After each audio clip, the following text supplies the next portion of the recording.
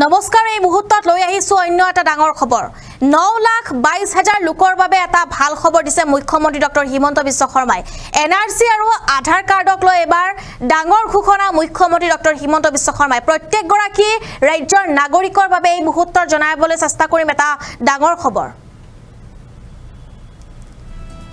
NRC আৰু আধাৰক লৈ এবাৰ মুখ্যমন্ত্ৰী ডক্টৰ হিমন্ত বিশ্ব শৰ্মাৰ ডাঙৰ ঘোষণা এনআৰসিত বায়োমেট্ৰিক্স বন্ধ হৈ থকা 9,22,000 লোকক দিলে ভাল খবৰ হিগ্ৰেই এই সকল লোকৰ বাবে উলিয়াই দিয়া হ'ব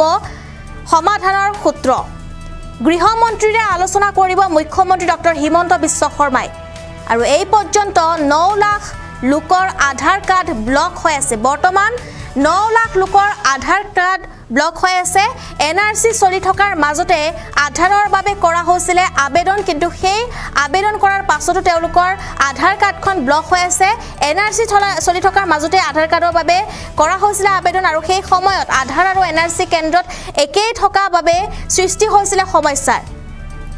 এনআৰসি কেন্দ্ৰত আবেদন কৰাৰ বাবে বহু লোকৰ আধাৰ ব্লক হৈ পৰিছিল আৰু সেই সকল লোকৰ বাবে এটা ভাল খবৰ দিছে মুখ্যমন্ত্ৰী ডক্টৰ হিমন্ত বিশ্ব শৰ্মাই এনআৰসিত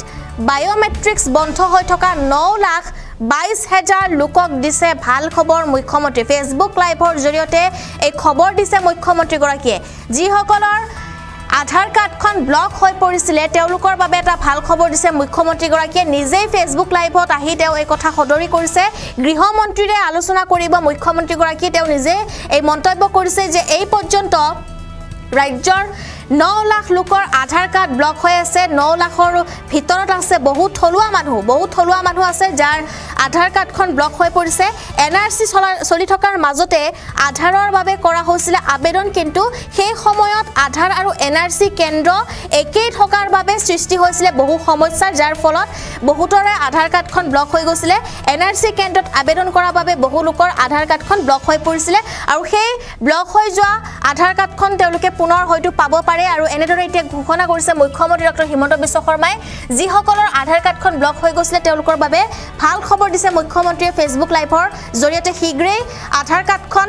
আপোনালোকে পাব বুলি ইতিমধ্যে আশ্বাস দিছে মুখ্যমন্ত্ৰী গৰাকীয়ে এনআৰসিত বায়োমেট্ৰিক্স বন্ধ হৈ থকা 9,22,000 লোকক দিছে ভাল খবৰ মুখ্যমন্ত্ৰীয়ে হিগ্ৰেই এই সকল লোকৰ বাবে উলিয়াই দিয়া হ'ব সমাধান সূত্ৰ সমাধান উলিয়াই দিয়া হ'ব চিন্তা কৰিব কোনো প্ৰয়োজন নাই গৃহমন্ত্ৰীৰে আলোচনা কৰিব মুখ্যমন্ত্ৰী ডক্টৰ হিমন্ত বিশ্ব শৰ্মাই যেটো মুখ্যমন্ত্ৰীয়ে এই মন্তব্য কৰিছে যে বৰ্তমান সময়ত 9 লাখ লোকৰ আধাৰ কাৰ্ডখন ব্লক হৈ আছে আৰু 9 লাখৰ ভিতৰত আছে বহু থলুৱা মানুহ এনআৰসি চলি থকাৰ মাজতে আধাৰৰ বাবে কৰা হৈছিল আবেদন কিন্তু সেই সময়ত আধাৰ আৰু এনআৰসি কেন্দ্ৰ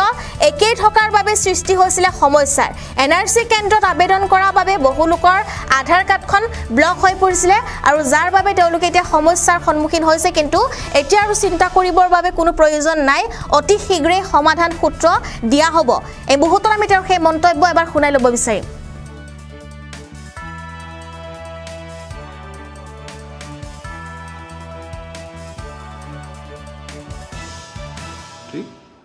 এনআৰসিৰ বায়োমেট্ৰিক্স যিসকলৰ বন্ধ হৈ আছে প্ৰায় 9,22,000 মানুহৰ এনআৰসিৰ ক্ষেত্ৰত বায়োমেট্ৰিক্স বন্ধ হৈ আছে তাৰ ভিতৰত বহুত মানুহ এনেকুৱা আছে যাৰ এনআৰসিৰ খচৰাটো নাম আছে চূড়ান্ত তালিকাটো নাম আছে আৰু কিছুমানৰ এনআৰসিৰ লগত কোনো সম্বন্ধই নাছিল সেই সকলে এনআৰসিৰ বায়োমেট্ৰিক বন্ধ হৈ থকা কাৰণে বহুত অসুবিধাত ভুগি আছে এই বিষয়টো মই কেন্দ্ৰীয় গৃহমন্ত্ৰী অমিত শাহ ডাঙৰীয়াৰ লগত দিল্লীত থকা সময়ত আলোচনা কৰিবৰ বাবে চেষ্টা কৰিম এনআৰসিৰ বায়োমেট্ৰিক্স যিসকলৰ বন্ধ হৈ আছে প্ৰায় 9,22,000 মানুহৰ এনআৰসিৰ ক্ষেত্ৰত বায়োমেট্ৰিক্স বন্ধ হৈ আছে তাৰ ভিতৰত বহুত মানুহ এনেকুৱা আছে যাৰ এনআৰসিৰ খচৰাটো নাম আছে চূড়ান্ত তালিকাটো নাম আছে আৰু কিছুমানৰ এনআৰসিৰ লগত কোনো সম্বন্ধই নাছিল সেই সকলে এনআৰসিৰ বায়োমেট্ৰিক বন্ধ হৈ থকা কাৰণে বহুত অসুবিধাত ভুগি আছে এই বিষয়টো মই কেন্দ্ৰীয় গৃহমন্ত্ৰী অমিত শ্বাহ ডাঙৰীয়াৰ লগত